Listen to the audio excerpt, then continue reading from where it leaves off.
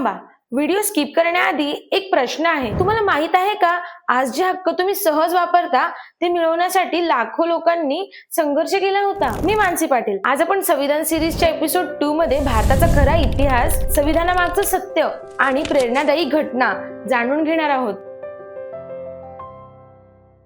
तुम्हाला माहित आहे का, एक काळ असा होता जेव्हा भारतात भारतीयांचं राज्य नव्हतं. शेकडो वर्षे भारतावर परकीय सत्तांनी राज्य केलं. आधी मुघल, नंतर ब्रिटिशांच्या काळात भारतातील कायदे, नियम आणि निर्णय हे भारतीयांच्या हितासाठी नव्हे तर इंग्रजांच्या फायद्यासाठी बनवले जात होते.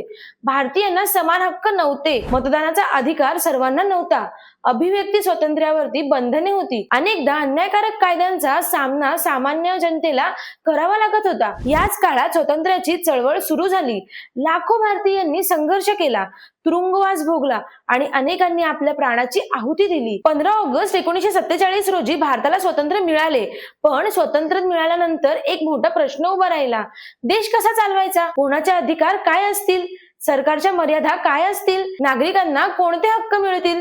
आणि सर्वात महत्वाचं म्हणजे देशातील प्रत्येक व्यक्तीला समान न्याय कसा मिळेल? या सर्व प्रश्नांची उत्तरे देण्यासाठी भारताला एक मजबूत आणि सर्वसमावेश संविधानाची गरज होती. म्हणूनच संविधान सभेची स्थापना करण्यात आली.